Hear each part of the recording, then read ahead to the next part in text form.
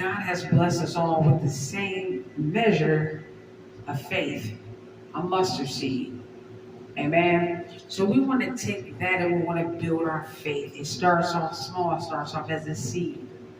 And we want to be able to take that and build on our faith. We want to take that, whatever God gives us, whatever seed that God has sown into our lives, and be able to produce good fruit in our lives. Amen. Because in the Bible it tells us in Matthew 7:17 that even so every good tree bringeth forth good fruit, but a corrupt tree bringeth forth evil fruit. Amen. So we want to make sure that the root of us is prepared to take on what God is putting inside of our lives, what God is planting inside of our lives. We want to make sure that we can be able to take on that seed that God has given us. Amen. So I want to continue to keep going in 13 and 4. And when he sowed some seeds,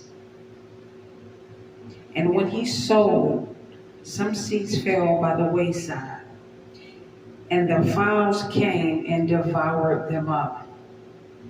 Some fell upon stony places, where they had not much earth, and forthwith they sprung up, because they had no depthness of the earth.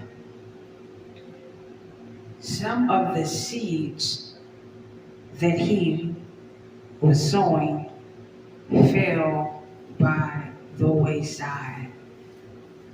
So he dropped some of the seeds, amen, before that he can even sow some of the seeds.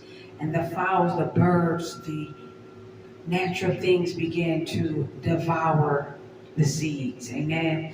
And we don't want anyone to come in our lives to devour the seeds that God has given us to be able to sow, to multiply what he has given us in our lives. Amen. Because anytime that God sows a seed in our lives, he wants us to sow it on good soil. Amen.